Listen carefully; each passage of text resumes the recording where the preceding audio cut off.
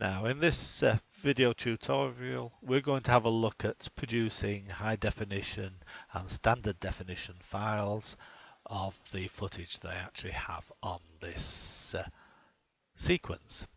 All of the source footage was AVCHD high definition. So if we just play back this short Held movie. at Horton Towers twice a year, the Classic Vehicle and Motorcycle event is well worth visiting. It's a great event for nostalgia, to have a look at the old vehicles and motorcycles, to relive your youth.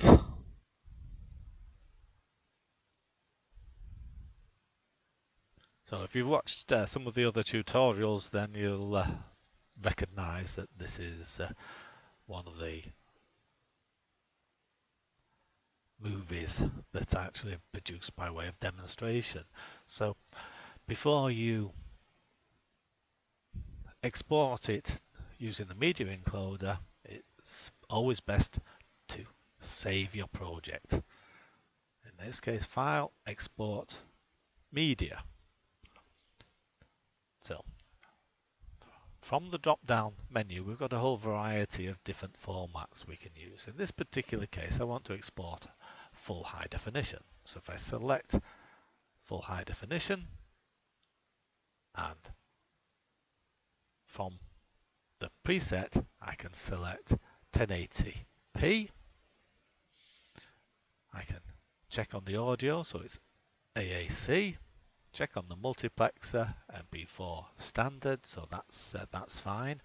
And I know from the file extension that it's going to produce an MP4 video. So that will have the audio encoded with it. So if I double click on that, I can then navigate to the location that I want to store the completed movie. In this case, I do want to store it in the temporary file, and so I want to give it a name.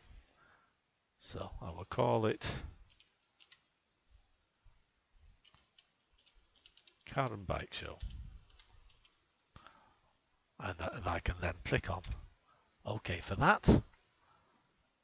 Now, if we have a look further down at the video, it's 1920 by 1080, widescreen is fine, and these are the target bit rates, which are a little bit on the high side, but it was 1080p footage to start off with, so it's pretty close to the target bit rate there. So I'll then click on Export, and the MP4 file will be produced. If I didn't want to produce an MPEG-4, I wanted to produce an MPEG-2, then I select that preset, and then from the options here, I can select whichever one is available. So in this case, although it was at 1080p, we can select a 1080i format. It will be MPEG, and the target bitrate is a lot lower. So I'm going to have a little bit of a question mark in this case over the quality. So I'll ramp the quality option up to 5.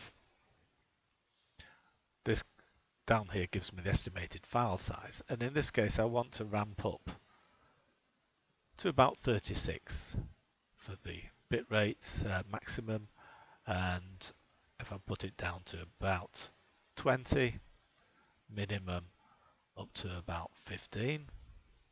See, the file size has gone up. Audio is MPEG, multiplexer MPEG-2. I know from the extension .mpg that it is going to be a multiplex MPEG file, so the audio is going to be encoded within it. Click on the file name, it opens up with the location where it's going to save the file, which is in this case where I want it to do.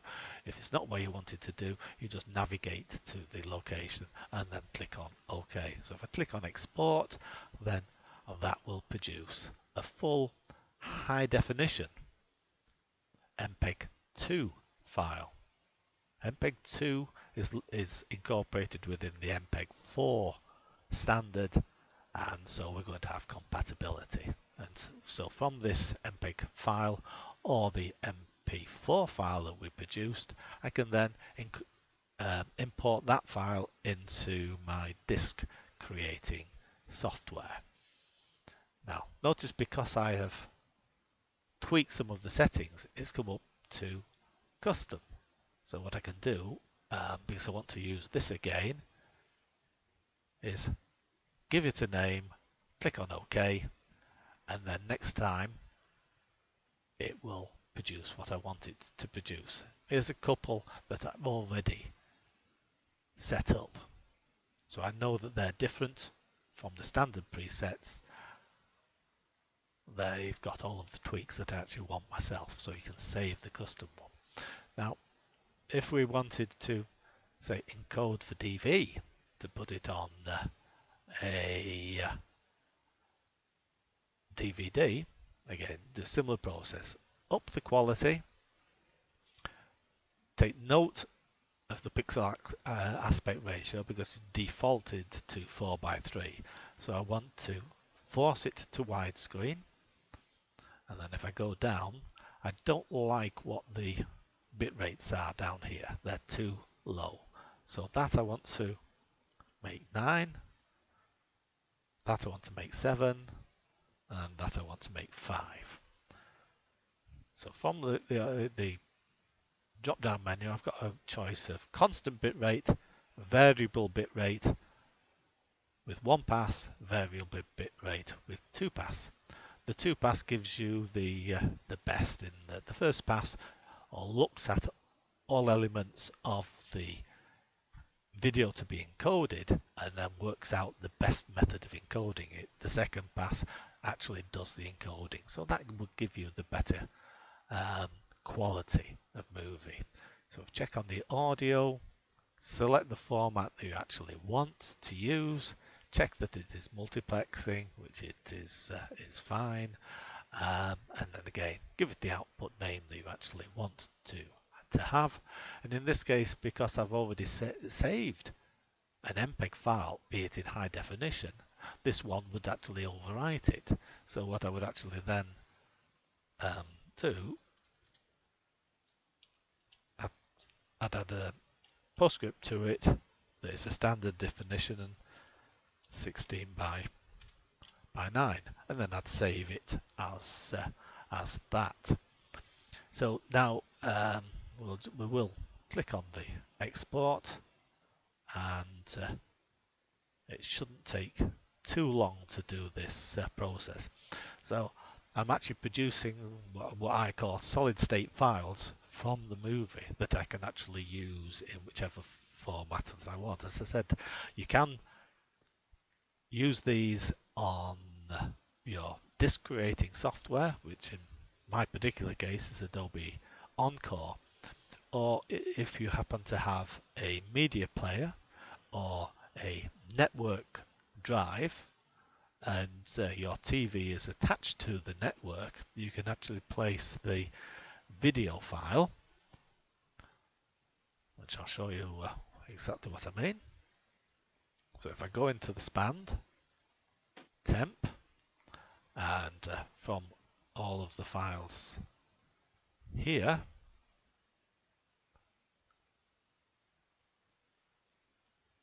that is the file I want to copy, and then go to my network. I've got a couple of network devices here. I've got one of the Western Digital hubs, so I can then go to it. This will fire up the hub. My move is high definition. I can right click and paste, so that will then copy it onto my Western Digital unit that I can take to the club, or I can take to other clubs in the northwest of England where I do presentations from time to time. I've also got on my system a network storage device, and in this particular case I can then click on it, go to my video folder, high definition MPEG 2, right click and paste. So I'll put it on my network system. So I've got it on my network drive and also on the WD Live Hub. So I've got 2 copies of my movies, both available to view on the TV. So that is producing high definition SD and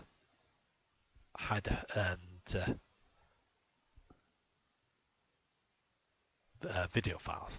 Now, if you wanted to say export your media to go onto the web,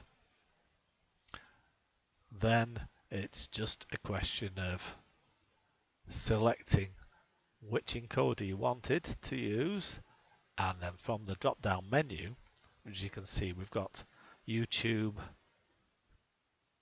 Vimeo, different versions of Vimeo, and TiVos if you want to do it to there. So if I go it on the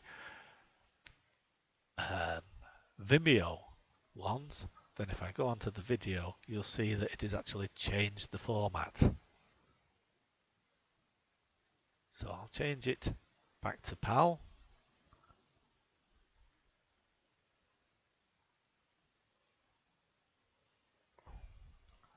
It's now gone to custom.